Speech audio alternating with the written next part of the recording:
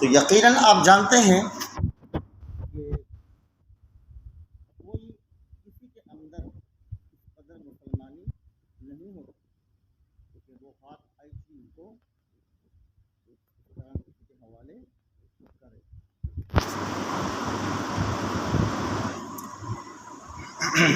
بہرحال ان کی ویڈیو میں نے سنی اور مجھے بہت اچھی لگی۔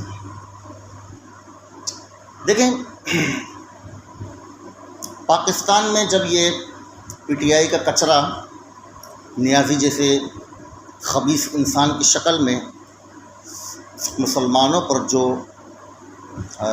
ڈالا گیا، اس وقت آپ کو یاد ہوگا عاطف نامی کوئی قادیانی،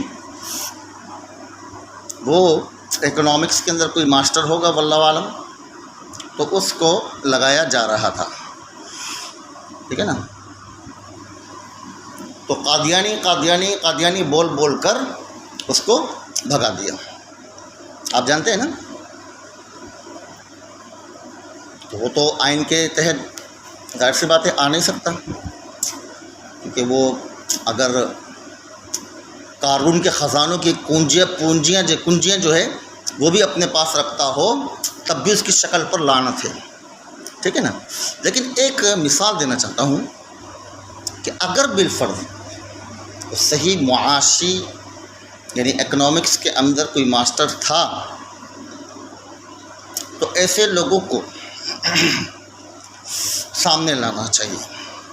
میں نے یہ کل اخذ کیا اس کی باتوں سے، اور ایک عام آدمی اس قدر اتنی اچھی رائے ملک کو دیوالیہ سے بچانے کے لیے دے سکتا ہے، تو پھر اگر کوئی اس کے اندر ماسٹر ہو تو اس کا تو پھر اور زیادہ مرتبہ ہونا چاہیے۔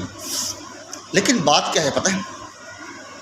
بات یہ ہے کہ تم جو بھی بات کرو گے، جو بھی کام کرو گے، اس کا انجام کار، اس کا دی اینڈ وہ جمہوریت جیسی لعنت پر آ کے ختم ہوگا،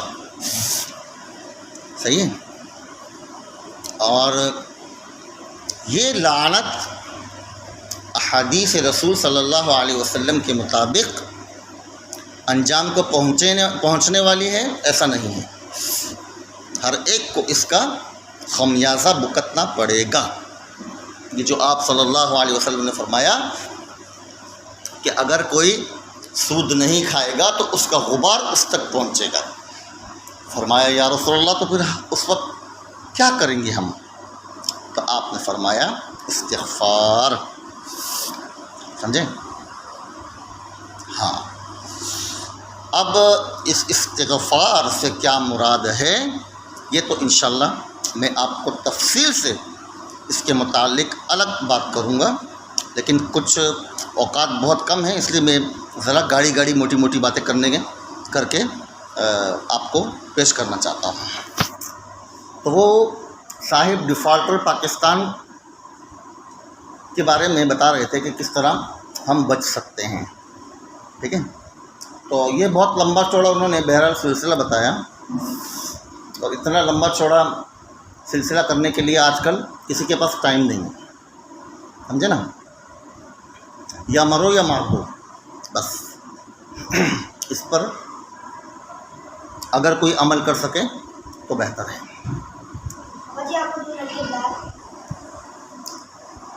تو پاکستان کو اگر ڈیفالٹر سے مطلب بچانا ہے تو آپ کو رجوع کرنا پڑے گا قرآن اور حدیث کی طرف، اور قرآن اور حدیث کے ذریعے تو پاکستان کو اگر آپ نے اس سے بچانا ہے یا عالم دنیا کو، تو آپ کو قرآن اور حدیث سے مدد لینی پڑے گی، آپ کے پاس کوئی چارہ باقی نہیں ہے۔ تو اب آئیے ذرا ان لوگوں کی طرف جن کے نام تو میں نہیں لے سکتا لیکن آپ سب جانتے ہیں، کہ جنہوں نے ایک سودی بینک کو ایک اسلامی بینک قرار دیا جبکہ جمہور اس کے خلاف تھا۔ البتہ ذاتی اعتبار سے میں بھی انہی کے ساتھ ہوں، لیکن تھا، مطلب اب نہیں ہوں۔ اب معاملہ یہ ہے کہ جب میں نے ان سے معاملات کیے تو معلوم ہوا کہ صرف اور صرف مذہبی کارڈ کا استعمال کیا جا رہا ہے۔ واللہ اعلم کہ جن لوگوں نے اس میں ترامیم کی ہیں ان کو اس بات کا علم ہے یا نہیں۔ اگر علم ہے تو اپنے ایمان کی فکر کیجیے، اور اگر نہیں تو علی الاعلان اپنی بیزاری کا حکم نامہ جاری فرمائیے، چاہے آپ کو جان دینی پڑے یا کھربوں اربوں کا نقصان برداشت کرنا پڑے یا کچھ بھی کرنا پڑے، کیونکہ آپ لوگوں کی وجہ سے جن لوگوں نے بھروسہ کیا اور اس اسلامی نظریے کے تحت اس سودی بینکاری کے اندر اپنی رقوم کو ضائع کیا، تو وہ سب کا سب آج میرے اور آپ کے سامنے کھل کر سامنے آ گیا کہ پاکستان کو دیوالیہ ہونے والا ہے۔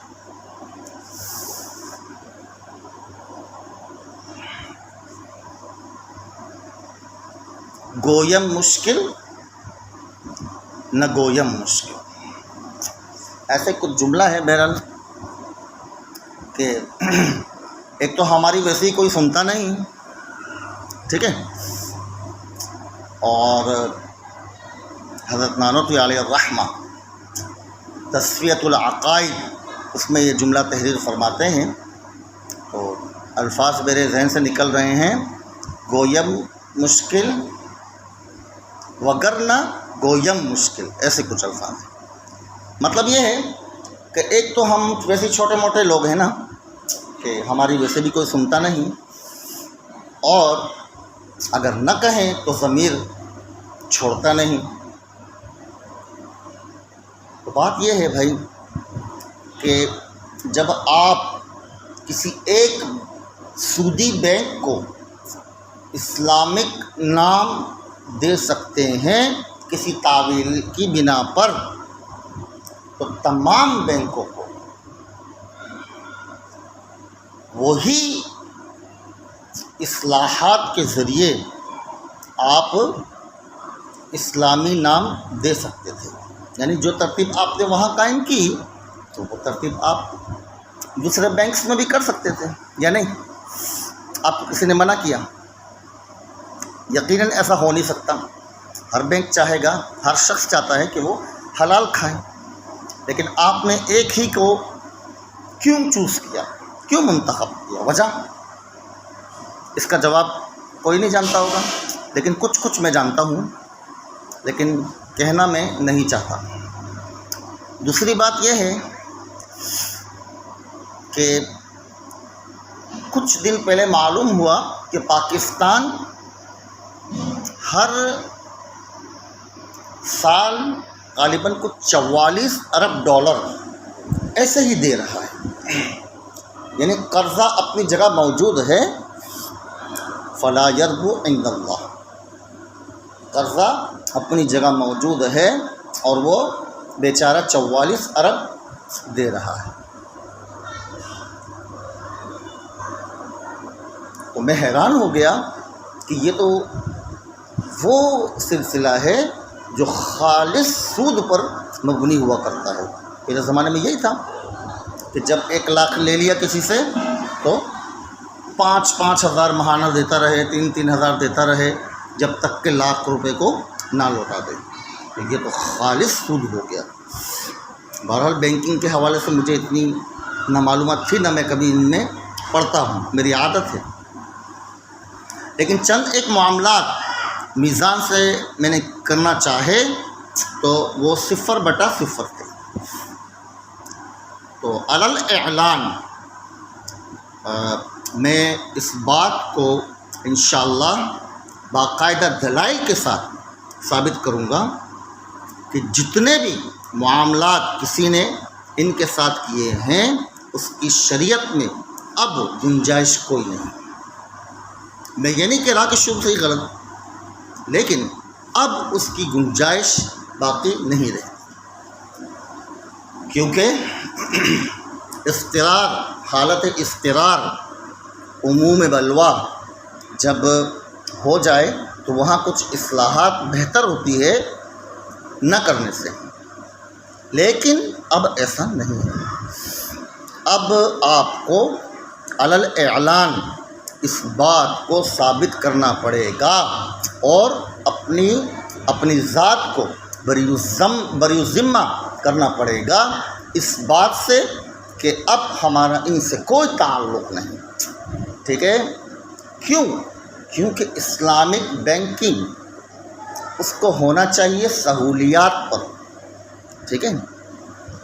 اور ان کے اپنے لوگوں کی زبانوں کے یہ الفاظ ہیں کہ جس نے میزان بینک سے کسی قسم کا کوئی لین دین کیا تو وہ شخص موت تک جو ہے نا پھنسا رہے گا. سمجھے بات کو؟ ایک مثال اور دیتا ہوں. چیک باؤنس تمام سودی بینک اس پر کچھ رقم لیتے ہیں.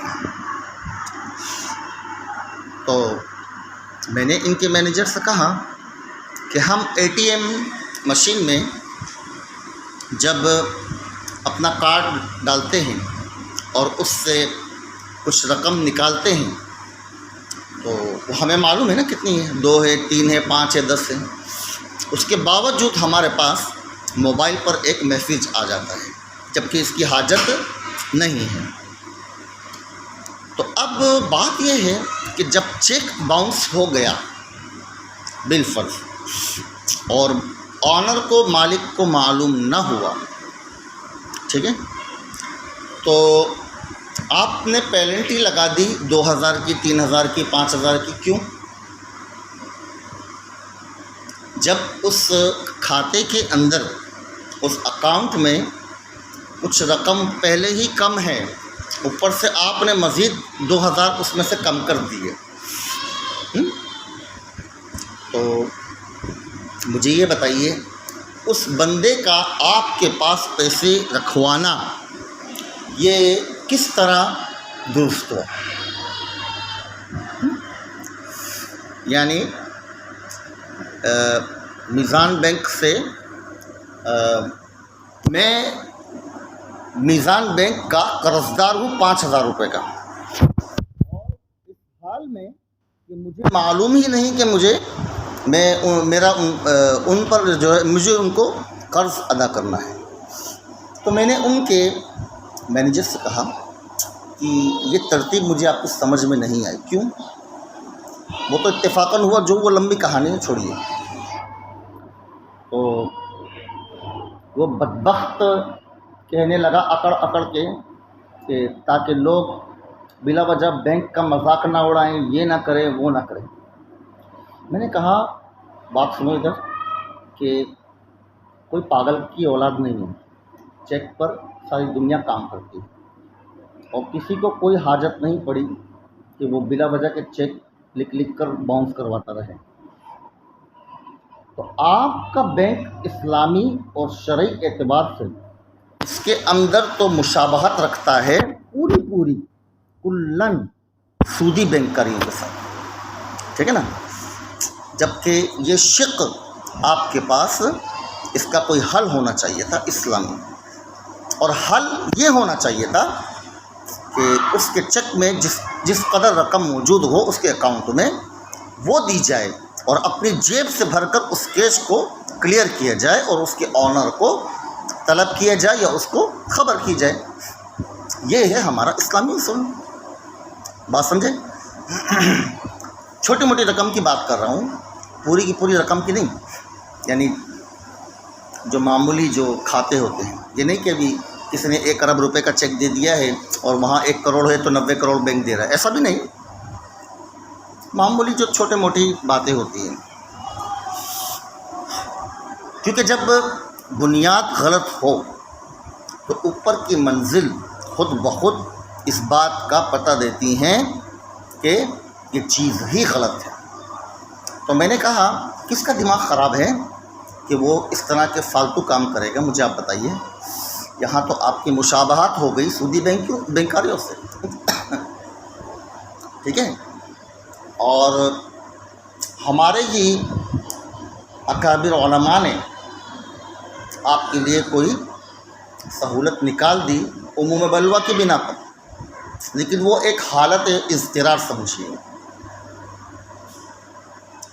لیکن سوال اب یہ ہے کہ جب آپ نے اسلامی نظریے کے مطابق کسی بینک کو شریعت کی اصول سمجھا کر ایک اسلامی مونوگرام دے دیا ہے، تو اب ان حرام زادوں کو مزہ آ گیا ہے اور ہر شہر میں انہوں نے آپ کی وجہ سے کئی شاخیں کھول رکھی. معلوم ہے آپ کو؟ ہاں، اور اس میں مسلمان اپنے پیسوں کے عوض میں جس قدر پھنستا چلا جا رہا ہے اس کا علم بھی آپ کو ہے نہیں ہوگا.